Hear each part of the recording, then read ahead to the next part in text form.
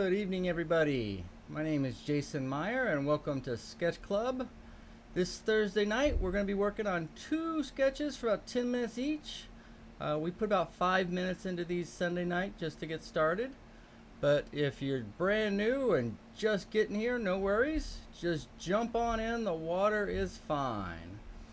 Before we get going, we'll hop over to the iPad. I'll talk a little bit about what you'll see me work on tonight, and then we'll get rolling. And I've recorded the video, so you'll see me sketch, and the reference will be up on the screen while I sketch if you want to sketch along. As always, you can find the reference images on the website, jasonmeyer.com. Free for you to use, and Cindy's really good about keeping those all caught up to date each week. So, why don't we take a look at what we will be doing? We'll just share a screen here. Let's see, can we do this? There we go.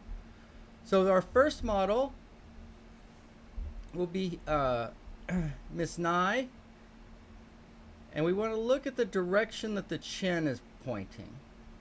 Okay. We want to run that up the nose, and you see how that's a slight diagonal? That gets you the tilt of the head. Okay, now she happens to be tilting her head back. We're going to show that by putting these eyes a little closer to the top of the head than usual. But we're going to come around the back of the head, come down and find the pit of the neck. Okay, that's going to give you the center line of the chest, and also let you set up the shoulders near to far. So I'll demonstrate that here in half a second. And our second one tonight, we're going to put the pinch on this side. Right, so the bottom of the chin, find the nose, pretty straight on. So let's go around to the back of the head, carry on through to the pit of the neck, and let's give it a little kick out in the direction of the center line for the chest, which will fall right down like that. And then, is this shoulder, how far is this shoulder from that center line? How far is this shoulder from that center line? It's quite a big difference, isn't it? So just by showing those proportions there, we can really set up and get a sense of the pose. So what does that look like? What does all that look like? Well, if we take the chin, she's got a slight tilt, go towards the pinching side, up and around, down to the pit of the neck. Give it a little kicker there for that center line. How is this shoulder? What angle is that? That's how I don't know if you want to say cheat, but what I want to use for reference. So I want to look at that, and then I want to take the lowest part of the chin, and I want to think how far does it drop down from there. Maybe like that. Right. And then is that back even? Is it up? Is it down? It's about even. It's about even. And see how that hair falls straight down just about? Tells you the shoulder's about right there. So look at the difference between the near side and the far side. That helps show space and will make your drawing more dynamic. You see how that looks three-dimensional very easily? Then the next step is we're going to shade our simple forms. If you're unfamiliar with simple forms, we've got a course on our online school set up for that. You can get a free preview for absolutely free, and the whole course is only $25. So if this is new to you and seems like something you'd like to know about, you might want to check that out.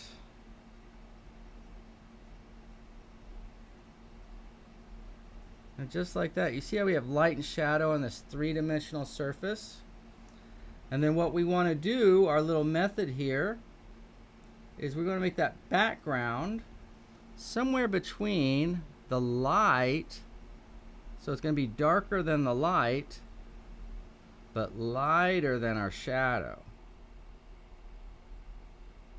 Okay, and then what we want to do is turn this initial little sketch or gesture into tones. Just into big tones with no lines necessarily, just masses bumping into one another. Okay, so pretty quickly we can get something down. All right, I'm not going to go so far into depth with this next one, but let's just take a quick look at those big pieces here, right?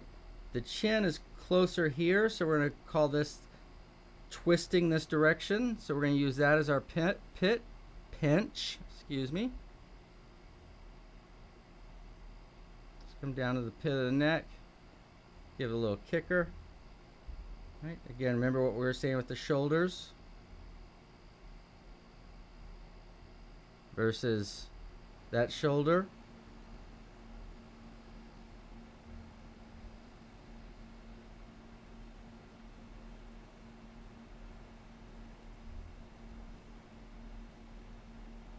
Very quickly, very quickly.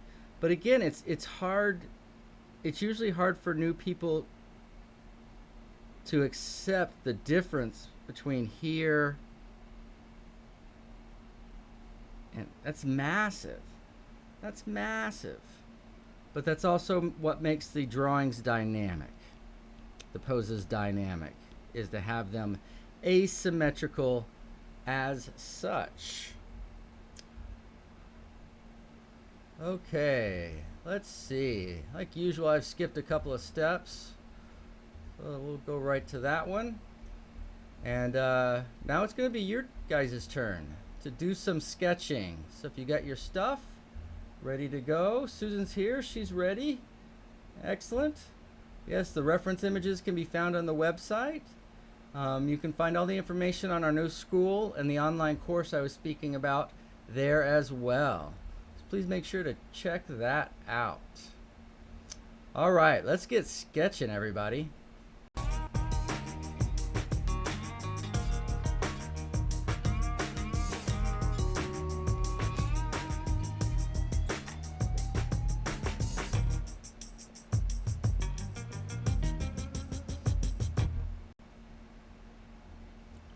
Okay, so here you can see the start.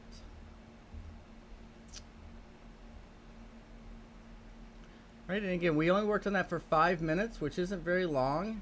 And so with that 5 minutes, I wasn't looking to make it beautiful or pretty portrait, but I was looking to find those big structures. And now that I did all that work, I can go on to my tones. We talked about having the background, a tone in between your light and your shadow. Now it looks like I'm smooshing them all together. And I am in a way because I started Friday with my Vine charcoal. But soon enough I'll be picking up that compressed charcoal and you'll see what a dark is. After we even out this tone. There's you look at Cindy, she's all over this. So our new online school can be found there. Again, you can get to that right through our website, jasonmeyer.com. You don't want to remember that little title. Look under the teaching tab, and I believe it's the second one down. Hit on more info, and should get you hooked up there.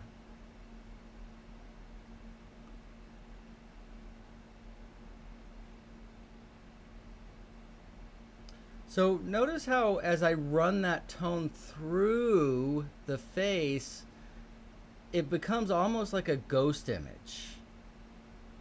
Do you see how it kind of melts into there?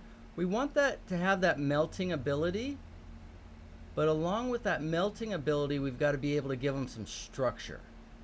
And that's where our number 4 will come into. We talked about our number 3 in color as being our receding color. Our receding color, our color that's going to let go, our value that'll let go. Sometimes I've spoken about it as the infinity color. Right? All these are just conceptual tools of way to think about color to make a dynamic image, a dynamic painting. Right? The richer your concept, the richer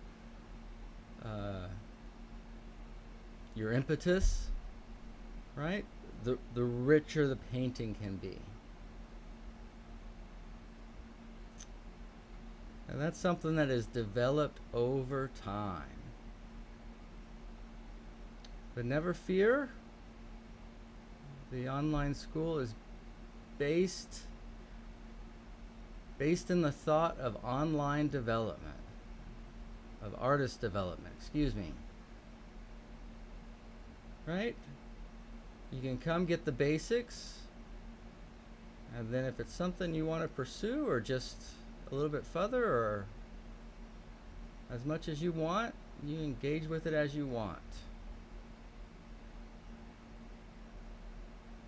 But it's made especially for people who are ready to work. Right? We can teach you what you need to know, but you can't know it until you do it. And the doing's got to come from you. So if you're not afraid of putting in a little bit of effort, a little bit of time, we can take care of the motivation, the inspiration, the instruction. Right? We've got a nice community going. Quite honestly, I'm kind of jealous. A little bit jelly, as Izzy would say. I'm trying to build something that would have been my dream school, which wouldn't so much be a school as an education, right? It's just a place to grow and develop. We all need that. And so what we're trying to do is set up a place where that can happen. So as that number 4 value comes in on the drawing, do you see how it really separates that image from that background that had gotten all melty? And then what I always try to do is, can I leave a small part or a large part of the drawing or painting open or melty, rather than closing everything down, making it hard-edged? Try to leave it a little bit more open.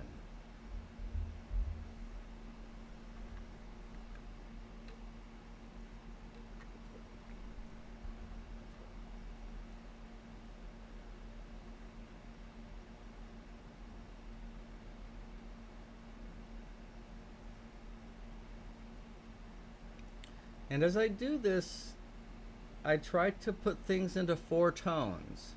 A dark tone that I'm working in now, a background tone, which is also our gray tone, which you saw me start with. And then there's the tone of the paper, and then we have white chalk. And the idea, at least the way I'm approaching it, is to try to solve these things into those 4 values.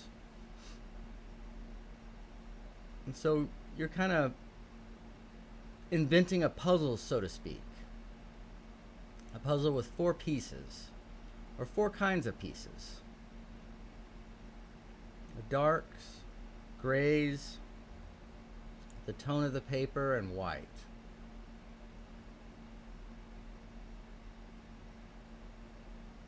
Right? And sometimes if you don't necessarily thinking about finishing everything as you go, but seeing it as a whole and jumping around, that can be very helpful in keeping things open.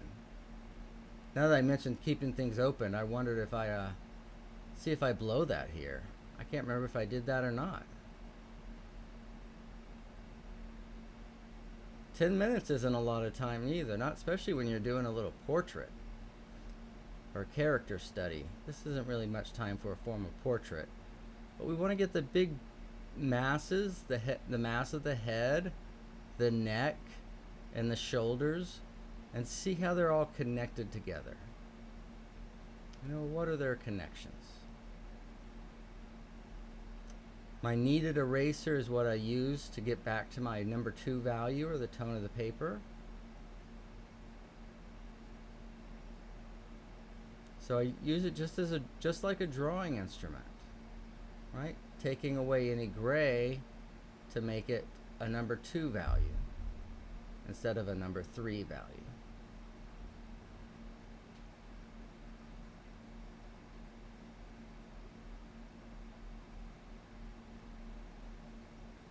See, I have to be a little bit excited. If not, I'm going to have to start making those YouTube videos that put people to sleep.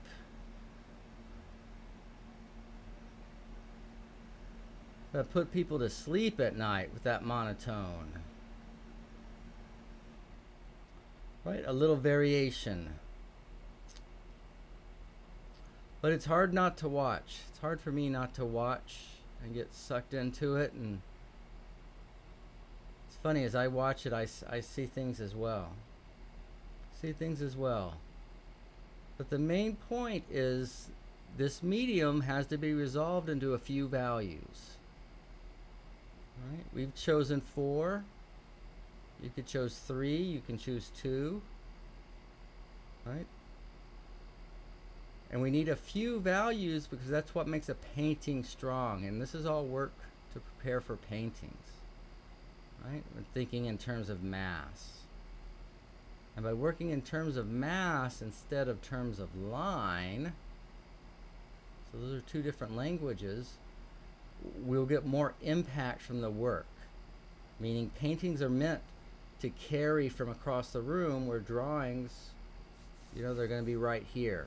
And so lines are done for things that are right here, and mass is done for things that you want to carry from a further distance.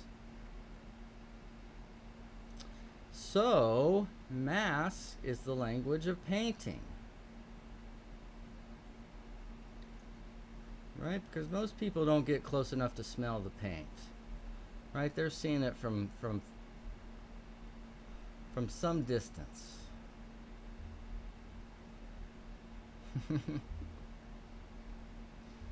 Hey, Miss Claudia. Glad you're here. I've had a few mix-ups this week too. I think it's the changing weather or something. I don't know. Hung up on a live show. Yeah, the weather changing scrambles my brain a little bit. Scrambles my brain. Now, you can't be too attached to these being quote-unquote pretty too soon, because as you're working in these terms of masses, it might go through some phases where it's, a little scary looking. But like anything, just give yourself a little time to learn this new language.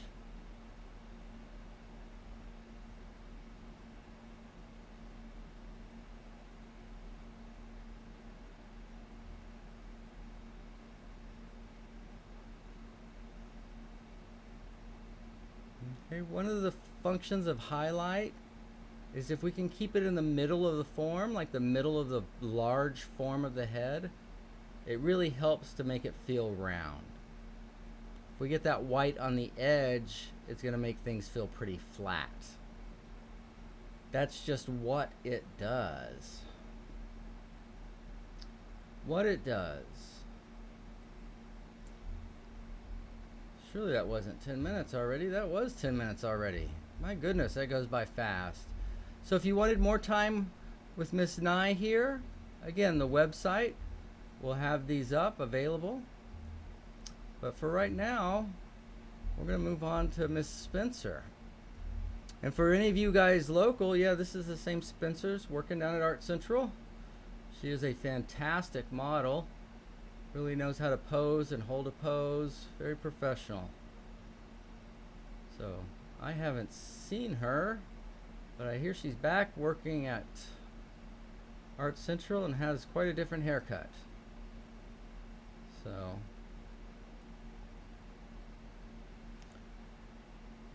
not always, but a lot of these models are people I know or from around or know from things. That's always kind of fun, because you'll tend to go back to these good poses again and again through the years. At least I do. At least I do. Right, so now what I'm doing is I'm running that background again through that face. I'm being a little more careful now to try to tie it into the background.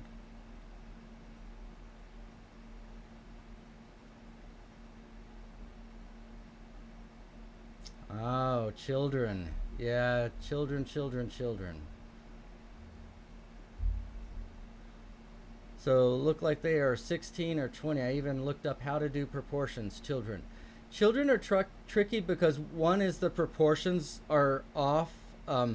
Their features are larger on their faces. That's one. But the other thing that can be difficult, if you look at my first sketch there, if you leave hard edges like I've left there, they just won't look like children. It's also an edge thing. So you've got to keep those edges really soft. Children and women are can be particularly tough if you're just not a real master with the edges, because you catch one edge in the wrong place and suddenly they're a lot older, or you've turned your woman into a man, and it's easy to do. Anybody who's been doing this will tell you it ain't so easy. So yeah, proportions and edges. Proportions and edges. And if you're doing painting children too, there's a sensitivity of color with children as well. If you get too much kind of hot red on anywhere on them without it being just really, really soft, it just makes them look adult really quickly, right? And usually kind of inappropriate. And you're like, wait, what? How did that happen? It's like just a little bit of the wrong red, and man. So they're tough, but don't give up. Keep trying, keep doing it, and just, over time we get a little bit better. But if that's what you want to paint or draw, then yeah, practice. You'll have to learn the proportions, what they are, and then along with proportions and edges, another factor with edges is focus, right? So if you can learn to keep the focus, say in the eyes, kind of with big eyes, round cheeks, smiles, that'll help, because you don't want them, like the first one of mine, you can see each side is a very hard edge. And so that it's harder for us to get inside the thing. That inside needs to be stronger than the edges.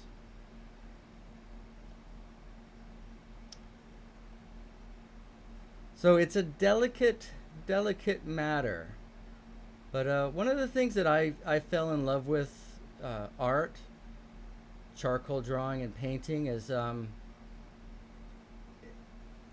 it's one of those things that, no matter how good you get or how long you do it, there's still so much to learn and discover, right? And so many ways to get better. And that thrills me to no end. And I can honestly say that it's one of the reasons I chose to be a painter. I mean, we don't know what life is going to throw at us. But I thought, this is something that if I'm lucky enough to live to be a ripe old age, I can carry it through.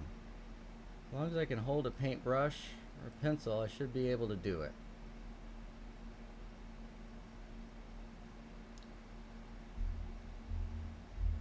And by the way, if you're going to do children that are softer, 10 minutes, that's not fair. Give yourself more time. Hopefully you're giving yourself more time than these 10 minutes we have here, or even 15 minutes. I'd suggest doing a few studies, figuring out what it's going to be, and then, starting with a soft touch and just get the proportions right, but try not to have any hard edges in there until you're sure of where everything goes. And then keep the hardest edges probably around the eyes, make them seem full, and a lot of suggestion. The other thing with children is if you give them too many hard edges, they look still. And how many children do you know that are still? I don't know very many of them. So it helps to leave them a little more open, and even some soft edges here and there, to give them the wiggles, make them look like they're moving around with all that energy I wish I had. All that energy.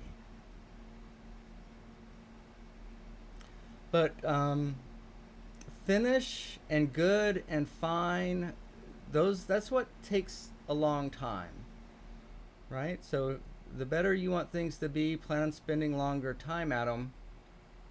But it's also good to come back and keep the studies going, right? Keep moving fast to keep you fresh.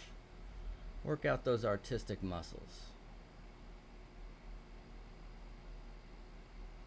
Notice how I'm trying to group the shadows too, not trying to get them too spotty, but seeing if I can't get them, if not completely, close to tied together, right? And hair especially can get spotty really quickly. So you got to be careful about that spottiness. It weakens the work and it just gives too much work for the viewer to do. Right? It's like inviting somebody over for dinner, then making them cook it and clean up the dishes. Oof. Oof. Don't know if I'm going back there for dinner. I probably would, but you know.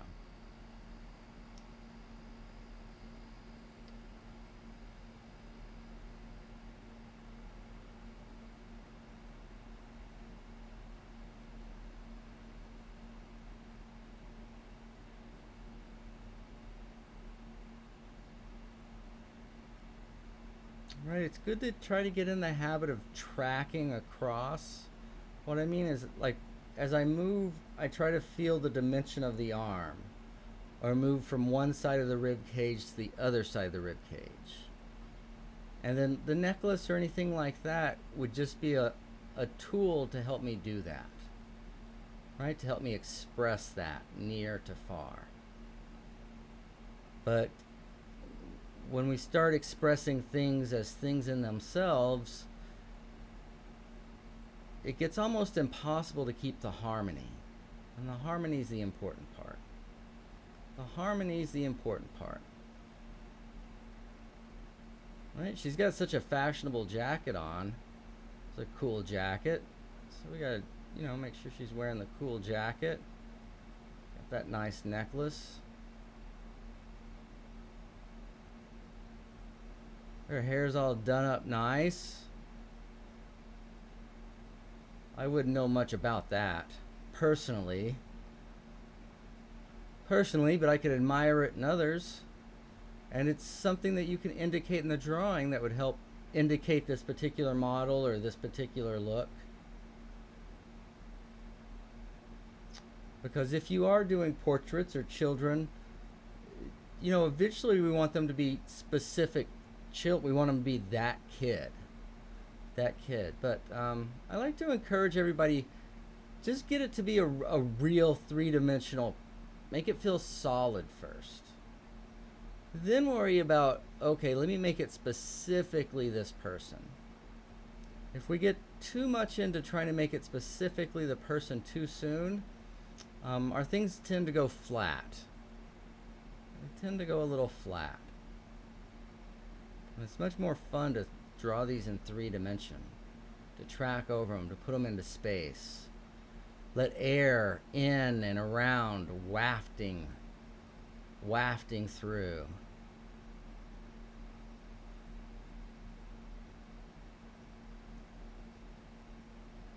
Right, so again, not the most beautiful thing, but you get the gesture, you see how it feels, and hey, it's 10 minutes. It's 10 minutes. I feel like I'm a stronger artist for it.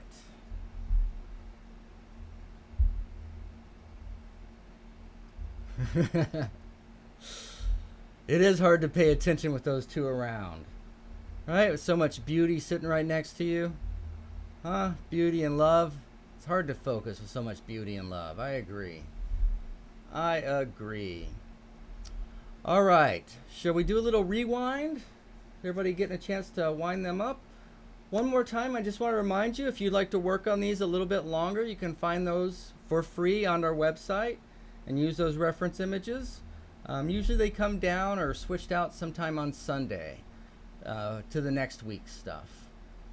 Okay, let's see this whole thing in 1 minute. See if we can pick up those patterns. There's the gray, the wafting, if you will. All right, now we got to put some structure in all that waft.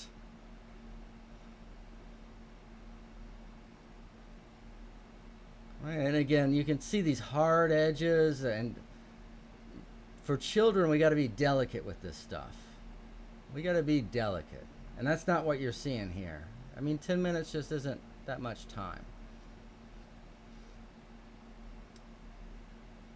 So, and then here we go with Spencer, some wafting right through there,